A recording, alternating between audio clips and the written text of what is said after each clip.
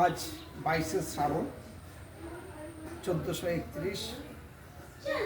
তাই আমার লেখা একটা কবিতা আমি নিজেই পাঠ করছি। কবিতার নাম 22শে শ্রাবণ পালন করে কোনো লাভ নেই। কবিতার নাম 22শে শ্রাবণ পালন করে কোনো লাভ নেই। আমার নিজের লেখা কবিতা।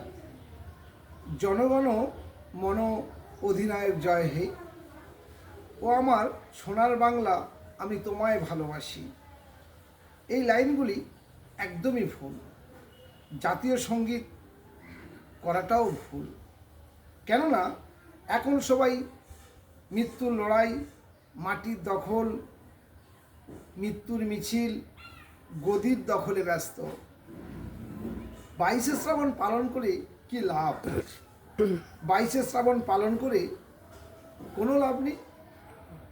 রবীন্দ্রনাথ সম্পর্কে অনেক কিছু পড়েছি, জেনেছি, কিন্তু অন্তরে এখনো ধারণ করতে পারিনি। তাই তো আমরা পিছিয়ে পড়ছি। রবীন্দ্রনাথের ছবিতে মালা দিয়ে কি লাভ? রবীন্দ্রনাথের সৃষ্টি সম্ভার পড়ে কি লাভ? কথায় ও গানে আকাশ বাতাস কাঁপিয়ে কি লাভ? যতদিন না আমরা রবীন্দ্রনাথকে বিবেকের মধ্যে প্রবেশ করাতে পারছি, ততদিন কোনো চেতনার উন্মেষ হবে না। পুরো রবীন্দ্রনাথকে বিবেকের মধ্যে প্রবেশ করানোর প্রয়োজন নেই। কেবলমাত্র এই দুটি লাইন প্রবেশ করালেই হবে। তাহলে আমরা দু কদম এগিয়ে যাব। যারে তুমি নিচে ফেলো সে তোমারে বাঁধিবে যে নিচে, পশ্চাতে রেখেছো যারে সে তোমারে পশ্চাতে টানিছে। নইলে পালন করে কোনো লাভ নেই, আমরা দু কদম পিছিয়ে যাব।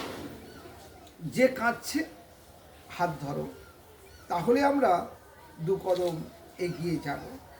যে কাঁদছে হাত ধরো, তাহলে আমরা দু কদম এগিয়ে যাব। নমস্কার, সবাই ভালো থাকুন।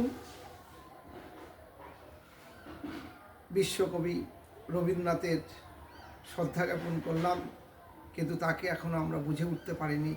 এটাই আমি একজন বাংলা সাহিত্যের